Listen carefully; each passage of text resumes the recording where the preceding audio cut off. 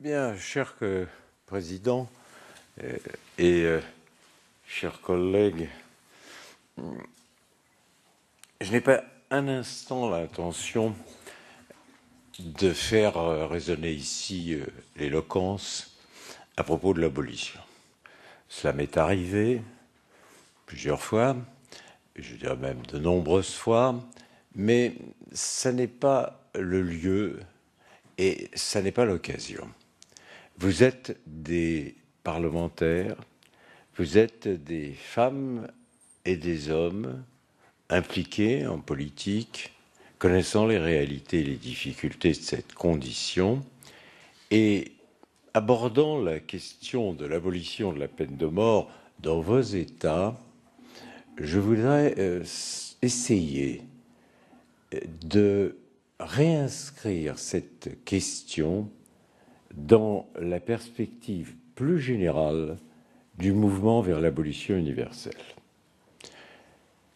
Tout à l'heure, le président Bell, que je remercie à bien des égards pour tant de marques de confiance, a évoqué l'abolition, intervenue en France, et particulièrement la dernière nuit de bataille parlementaire au Sénat. Je m'en souviens fort bien, et pour cause, et je me suis approché au moment où le vote était inscrit au tableau électronique de la place, tu me permettras de le dire, du plus grand de nos sénateurs, c'est-à-dire Victor Hugo, assurément le plus grand des abolitionnistes, dont la place est au premier rang, aujourd'hui, là où siègent nos amis communistes. Et j'ai tenu à mettre ma main précisément sur cette place, sur ce banc-là, en me disant c'est fait, le vœu est réalisé, l'abolition pure, simple, définitive. Il n'y avait qu'un adjectif qui manquait, pas dans la pensée d'Hugo, mais ce jour-là, c'était universel. Et par conséquent, le combat fini en France devait se poursuivre ailleurs. Alors, je le dis simplement, les progrès réalisés par le mouvement vers l'abolition universelle ont été plus grands que je l'espérais même à cette époque, et je sais que ce sentiment était partagé. Très franchement, nous étions le 35e État, la France, à abolir la peine de mort. Je souligne quand même, par modestie, nous étions le dernier de l'Europe occidentale. Mais nous étions le 35e État dans le monde à abolir la peine de mort. Je regarde où nous en sommes aujourd'hui, nous abolitionnistes. Vous avez 198 États aux Nations Unies, près de 100 sont abolitionnistes de droit, c'est-à-dire ont inscrit l'abolition dans leur loi, et vous avez environ 48, près de 50 abolitionnistes de fait, c'est-à-dire n'ayant pas procédé à des exécutions depuis 10 ans. Voyez vous-même, de 35 à 148, les trois quarts, aujourd'hui, des États des Nations Unies sont abolitionnistes. Et pourquoi je le rappelais, nous n'osions pas espérer un tel résultat. Et si l'on veut bien considérer qu'au-delà même des abolitions nationales ou des pratiques nationales de non-exécution, vous avez des conventions internationales, alors là, le résultat est encore plus important, puisque, vous le savez, dans les États de droit, et c'est le cas, je pense, pour tous vos États, la Convention internationale a force juridique supérieure à la loi nationale. Or, il existe non seulement des pactes régionaux, en Europe c'est le cas, 2 protocoles à la Convention européenne des droits de l'homme, signés, je le signale, au sein du Conseil de l'Europe par 47 sur 48 États de l'Europe. La peine de mort a quitté, peut-on dire, le continent européen, pourtant souillé de tant de crimes.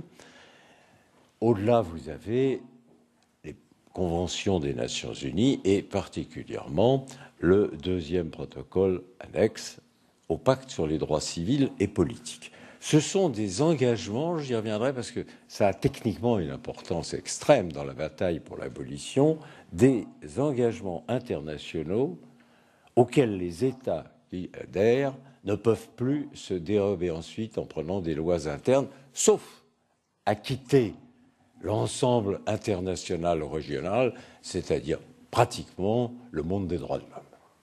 D'où l'importance non seulement symbolique, mais effective de ces instruments internationaux. J'indique simplement, ou je le rappelle, ce qui est trop oublié, que dans les juridictions pénales internationales, qu'elles soient ad hoc ou que ce soit la Cour pénale internationale de La Haye, il n'y a jamais de peine de mort.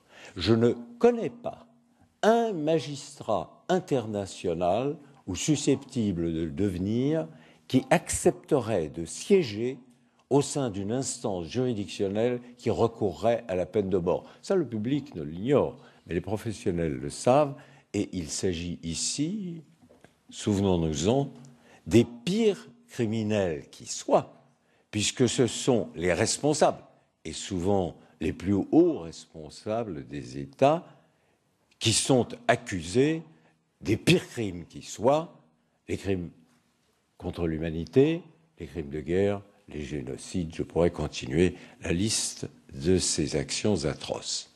Donc, la conscience mondiale est aujourd'hui du côté de l'abolition. Et il faut toujours vous en souvenir, parce que cela donne à notre action non seulement une dimension morale, mais une projection sur l'avenir. Les pays abolitionnistes ont tourné la page des exécutions sanglantes. Et quand on me dit « Ah oui, mais je dis non, le mouvement est irréversible ».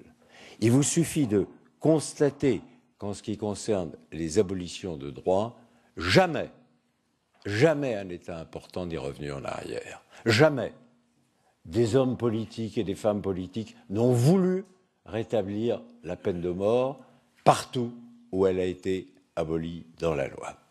Alors, à ce stade et dans ce mouvement, il y a évidemment des zones d'ombre. Tout n'est pas que tableau riant dans les progrès réalisés pour l'abolition. Les zones d'ombre, vous les connaissez comme moi. La liste des États qui retiennent la peine de mort et la pratiquent est importante et significative. En tête, vous avez évidemment la Chine, avec un tempérament qu'il faut prendre en compte. Je ne parlerai pas du mouvement abolitionniste chinois, je fais une conférence sur l'abolition universelle, mais il existe et il y a de plus en plus d'avocats et d'universitaires qui y participent. Mais ce que j'entends marquer, parce que ceci concerne directement les travaux qui sont les vôtres, c'est que, ensuite de la Chine, et, attention, proportionnellement à leur population, beaucoup plus que la Chine, d'autres États exécutent. Je laisse de côté le cas particulier si significatif des États-Unis, grande démocratie, vieille république, ayant, comme on le sait, un recours aisé au port d'armes et à ses conséquences. On dit que les États-Unis, en effet, conservent non seulement les textes, mais l'usage de la peine de mort, parfaitement exact pour leur honte. Je marque quand même que le mouvement aux États-Unis pour l'abolition de la peine de mort n'a cessé de progresser dans les 10 dernières années, et que, à cet égard, on doit relever que non seulement le nombre de condamnations à la peine de mort a diminué de moitié en 10 ans, le nombre des exécutions encore plus, mais que 6 États, et parmi les plus importants des États-Unis, ont rejoint les 12 qui, depuis toujours, étaient abolitionnistes. Les États-Unis, ce n'est pas un bloc, c'est une fédération d'États en ce qui concerne le droit pénal, une mosaïque de législation, et vous avez un mouvement qui va s'accroissant vers l'abolition. Je citerai dans les dernières années, et ça n'est pas des petits États, l'État de New York ou l'État de l'Illinois, Chicago, dont le président Obama est issu. Donc, en ce qui concerne les États-Unis, qui sont une exception humiliante, pour eux, honteuse même, s'agissant de la peine de mort, on va mieux dire que ce sont les États du sud des États-Unis, et on connaît leur histoire esclavagiste, qui pratiquent encore la peine de mort, et parmi eux, au premier rang, le Texas. Mais ce n'est pas le cœur de l'observation d'aujourd'hui. Et à cet égard, je serai aussi lucide et précis que possible. Lorsque vous regardez la carte des États qui pratiquent la peine de mort, vous constatez que dans l'ensemble de la région à laquelle aujourd'hui nous nous intéressons, et dont vous êtes l'expression la plus consciente et les consciences les plus vigilantes, la région Moyen-Orient et Afrique du Nord, là, le nombre d'exécutions et de condamnations à mort demeure très important. Très important, nous avons en 2012, dans 6 pays seulement, 557 exécutions officiellement recensées. Et quand vous comparez ces chiffres État par État, et je prends en particulier le cas en tête de l'Iran, suivi aujourd'hui de l'Irak, après le Pakistan, puis ensuite l'Arabie saoudite et les Émirats arabes unis, mais surtout pour l'Irak et l'Iran et l'Arabie saoudite, vous êtes au-delà, proportionnellement, du nombre d'exécutions en Chine par centaines de milliers d'habitants. C'est-à-dire qu'on utilise plus la peine de mort dans ces États du Moyen-Orient qu'on ne le fait en Chine, pour ne pas parler des États-Unis, bien sûr. Alors, vous vous interrogez, mais pourquoi? Et quand vous allez plus loin que l'interrogation, quand vous parlez, je suis heureux de le dire ici, je parle à tant d'amis issus de ces régions, et particulièrement du Maghreb, je pense que la raison profonde qui crée cette espèce de barrière au sein d'États qui n'ont pas de raison particulière d'y souscrire, au contraire, tient à un phénomène. Et ce phénomène, je le dis clairement, c'est que la législation de ces États, la législation terrestre, celle de la cité, pas la religion, pas la législation religieuse, eh bien, inévitablement, vous tombez devant une difficulté majeure. Ce que je dis, il faut une certaine dose de courage et de confiance dans ses auditeurs pour le dire. Mais quand j'en vois ou quand j'entends des amis hauts magistrats égyptiens, dans leurs décisions comme dans leurs confidences, expliquer que la législation en matière de droits de l'homme est un bienfait de Dieu, mais qu'à partir de ce moment-là, il faut interpréter la législation selon les canons de la religion de Dieu qui nous les a donnés, je me dis, l'obstacle est là. La laïcité qui n'est pas, ne cesse de le rappeler, la laïcité n'est pas l'adversaire des religions. Elle garantit à chacun la libre pratique de sa confession. Elle assure la liberté religieuse et la liberté de conviction. Elle n'est pas à la caricature odieuse qu'on en donne à des fins souvent de maintien de son pouvoir. Eh bien, la laïcité, ici, est la voie ouverte, sinon la condition nécessaire pour obtenir l'abolition de la peine de mort. Je le dis clairement, je suis une très vieille moustache de ces combats. Et combien de fois mes amis m'ont dit « Oui, c'est vrai, c'est comme ça, qu'est-ce que tu veux ? Qu'est-ce que tu veux ?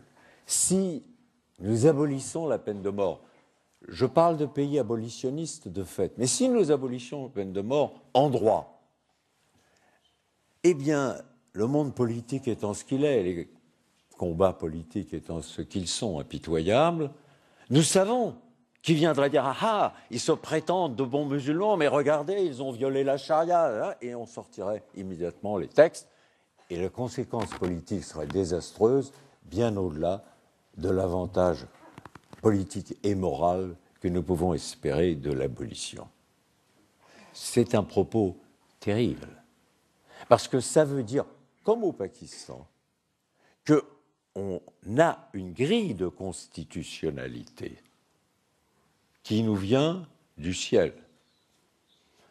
Moi, je respecte toutes les religions et je n'ai pas besoin de dire ici ni celle à laquelle j'appartiens, ni la densité de ma adhésion. Ça regarde chacun. Mais ce qui est sûr, c'est que d'entendre ce propos tenu par d'éminents esprits, de grands hommes d'État que je respecte, pour lesquels j'ai une très grande considération, mais qu'est-ce que tu veux ? Qu'est-ce que vous voulez ? On ne peut tout de même pas perdre ce que nous sommes en train de réaliser comme progrès vers la liberté et la démocratie, simplement en faisant passer la pratique de l'abolition dans un texte de loi. Ce sera trop cher payé. Pour avoir longtemps vécu dans ces assemblées, je sais que ce n'est pas un discours indifférent. Mais là demeure inscrit le problème. Car quand je regarde la liste de ces pays, je laisse de côté l'Iran. Aujourd'hui, je n'hésite pas à le dire, hélas pour un si grand peuple, terre de fanatisme.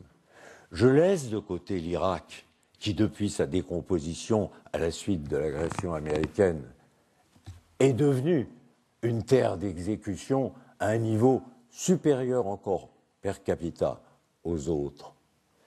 Mais je regarde les pays les plus intégristes, l'Arabie saoudite. On sait ce qu'on punit de mort en Arabie saoudite. Le blasphème, l'apostasie, ce sont des catégories juridiques, ça. Et pour ça, on est mis à mort. Et on est mis à mort non seulement du côté des hommes, mais du côté des femmes, et en pratiquant la lapidation biblique. Voilà la réalité. Alors, la réponse, et je parle ici de responsables de ces pays, est toujours la réponse religieuse. Nous avons une religion qui doit gouverner l'État. Et dans les prescriptions de cette religion, il y a la mise à mort de tel coupable pour telle infraction. À partir de là, un homme comme moi, mais tous nos amis, nous sommes réduits au silence. Pour une raison simple. Quelle qualité est-ce que nous pouvons avoir pour interpréter la loi religieuse musulmane ? Aucune. Qu'est-ce qui pourrait faire croire que j'ai la moindre autorité pour interpréter la charia ? Pas plus d'ailleurs, je le dis franchement, que je n'ai qualité pour interpréter l'Ancien ou le Nouveau Testament. Tout au plus m'intéresse-t-il, mais je ne me juge pas apte à l'interpréter. Mais alors, quand il s'agit de ce qui devient des catégories religieuses à portée effective, je réponds oui, c'est pas à moi de répondre. C'est à vous. Ce discours-là, c'est celui de cette terre. Mais si on veut placer le discours au ciel, alors le dialogue devient difficile. Il y a des pays musulmans, et ils existent et sont plus nombreux qu'on le pense communément, qui ont aboli. Je relève au passage que la Turquie est laïque, elle a aboli, que le Sénégal est une république laïque qui a aboli, et je pourrais continuer, ils sont des musulmans. Donc, la véritable réponse, c'est à vous de l'apporter. Nous ne pouvons que vous soutenir, applaudir, mais la parole qui est la nôtre, elle s'arrête parce que vous n'avez pas la qualité qui, dans ce cercle-là, vous permet de parler avec autorité. Vous pouvez dire, écoutez, regardez l'exemple de tous les pays abolitionnistes, jamais la criminalité sanglante n'a augmenté, les immenses avantages de l'abolition en ce qui concerne la justice, échapper à l'injustice sociale, à la pauvreté, à l'inégalité, au racisme, qui empoisonne véritablement la pratique de la peine de mort. Tout ça, ce sont des avantages universels. Mais si on place la discussion au niveau que j'évoquais, nous sommes, nous, laïque réduit au silence. Et comme le silence ne permet pas de faire naître le progrès pour l'abolition, il n'y a qu'une solution, c'est que ce combat-là devienne le vôtre. Et que ce soit, comme nous l'avons d'ailleurs à plusieurs reprises fait, je salue l'ami Chezan là-dessus, Ensemble contre la peine de mort, vous suscitiez du côté de vos meilleurs interprètes des discussions pour savoir quelle est l'exacte portée, car sur ce point j'ai entendu des avis contradictoires de docteurs en théologie musulmane, la meilleure interprétation ou les interprétations possibles de la loi religieuse. Vous savez, dans ce domaine, depuis des siècles et des siècles, et partout où existent des religions révélées, l'imagination de l'interprète est immense, sans limite. Je ne sache pas que si on prend les textes de l'Ancien ou du Nouveau Testament, la peine de mort n'y soit pas inscrite. Nous en sommes peu à peu libérés, beaucoup grâce à cet effort d'interprétation. Non pas qu'on s'attende à ce que soit proféré le propos « la peine de mort est interdite par la loi religieuse », mais comme je l'ai entendu ailleurs, il y a la peine de mort possible, mais on n'est pas forcé. Elle devient une question de gouvernement des corps, pas de gouvernement des âmes. Elle s'inscrit ici, sur cette terre, les théologiens diraient hic et nunc, ici et maintenant. Quant au compte que nous aurons à rendre au Créateur, cela se passera quand il le voudra et selon les critères là-haut qu'il aura lui-même définis. Mais sur cette terre, mes amis, c'est la loi humaine qui régit les êtres humains. Et quand on exécute des êtres humains, quand on lapide, qu'on étrangle, qu'on gaze, qu'on pique, qu'on guillotine, qu'on pend, ce sont des êtres humains. Ils relèvent à cet instant et leur vie de la loi de ce monde. Et je vous demande, je dirais presque, j'ai supplié, de rappeler que ce n'est pas ici que des hommes doivent se permettre sur cette terre de se dire dépositaires de la parole divine pour tuer des femmes et des hommes.